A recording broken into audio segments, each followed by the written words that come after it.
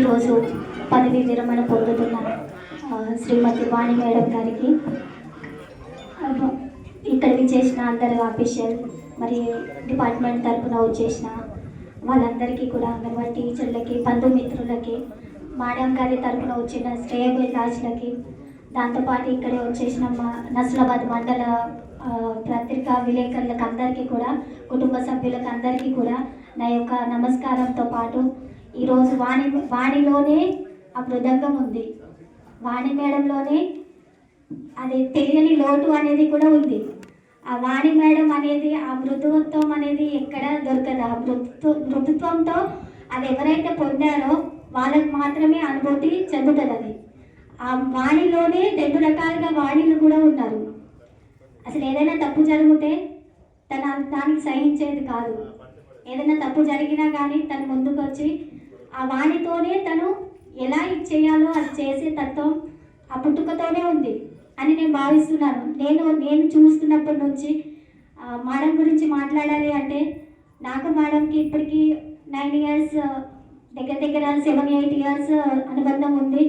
నేను బెంగాల్గా చేస్తున్నప్పుడు బాన్సోడకి ట్రాన్స్ఫర్ అయ్యే క్రమంలో నాకు ఒక మేడం చెప్పారు, అక్కడ వాణి మేడం ఉంటారు, మీకు ఎక్కడైనా మండలి కావాలంటే తన సలహా తీసుకోండి అన్నారు. అదే విషయంలో మేడం అలాంటి వాటిలో ఎలాంటి పరిస్థితిలోనన్నా తన వాణితోనే ఇచ్చేసే గుణం మేడం దగ్గర ఉన్నారని భావిస్తున్నా నేను. ఆ క్రమం నుంచి తను చూస్తే ఏదైనా రిపోర్ట్ పర్పస్గా వచ్చినా కానీ తన వర్క్ ఎలా ఉంటుందంటే, ఏ చిన్న తప్పు ఉన్నా దానికి 100 రేట్లుగా ఆలోచించి అలా కాదు ఇలా చేయాలి అనే తత్వం మేడం గారిది. ఆ సూపర్వైజర్ అనే పదానికి మేడం ఏంటంటే, చాలాసార్లు మేము ఇన్ఛార్జిగా సిడిపో తీసుకున్నప్పుడు కూడా మేడం గారిని చాలా రిక్వెస్ట్ చేశారు. ఎందుకంటే అది లాస్ట్ పీరియడ్. ఇప్పటికే నేను డైరెక్ట్ రిక్రూటీస్ వచ్చినా కానీ, సూపర్వైజర్గా మేడం వచ్చినా కానీ చాలా లాస్ జరిగింది. మేడంకి 12 yearsతో పాటు ఇప్పటికీ ప్రమోషన్ రావాలి. నిన్న మొన్నటి వరకు కూడా మేడంకి చాలాసార్లు ప్రమోషన్ సిడిపిఓగా వచ్చే క్రమంలో కూడా డిపార్ట్మెంట్ పాలసీ కదండి, మేడం చాలా లాస్ అయ్యారు. తన ప్రమోషన్లో అలాంటి వాళ్ళు చాలామంది ఉన్నారు ఇక్కడ లాస్ అయిన వాళ్ళు. ప్రమోషన్ డిపార్ట్మెంట్కి రాకపోవడం అనేది ఇప్పుడు బాధాకరం. ఏంటంటే మేడం ఈ రకంగా రిటైర్డ్ అవుతున్నారు అనేది ఒక చాలా పెద్ద తినని లోటు అనేది కనిపిస్తుంది. మేడం విషయంలోకి వస్తే, ఈ విషయానికి వస్తే మేడం ఎంత చక్కని అంటే అన్నపూర్ణ అనొచ్చు, అక్కడ సరస్వతమ్మ అనొచ్చు, అఖిలాండేశ్వరి అనొచ్చు, కాళిక మాత కూడా అనొచ్చు. ఈ అన్ని త్రిమూర్తులు కలిగిన తన దగ్గర అన్ని రకాలుగా ఉన్నాయి. ఎంత ఇదిగా చెప్పుకున్నా ఆ చేసే తత్వాన్ని బట్టి, తను చేసే పనిని బట్టి ఉంటుంది. ఎలా అంటే వర్క్ విషయంలో ఎంత డెడికేట్గా ఉంటారు అంటే, చాలా నేర్చుకునే వాళ్ళకి ఆ మృతుత్వం అనేది, ఆ గుండె అనేది నింపబడి ఉంటుందని తెలియపరుస్తున్నాను. ఆ వర్క్ ఎలా ఉంటుంది అనేది నేర్చుకున్న వాళ్ళకే తెలుస్తుంది. ఎన్నో రకాలుగా తన సేవని కానీ, ప్రాజెక్ట్ని హ్యాండిల్ చేయడం కానీ, ఎక్కడున్నా ఆ హుందాతత్వం అనేది కొందరి వల్లనే వస్తుంది. ఆ హుందాతనం మన వాణి మేడం గారిలో ఉంది. ఆ కుటుంబ సభ్యుల్లోనే అలాంటి తత్వం ఉంది. ఏ రోజు కూడా తన తన తన మంచి స్వభావాన్ని బట్టి ఎక్కడా కూడా తను కాంప్రమైజ్ అయ్యే మనిషి తత్వం కాదు తనది. ఎలాంటి విషయంలో కూడా తను కాంప్రమైజ్ అయ్యేది కాదు.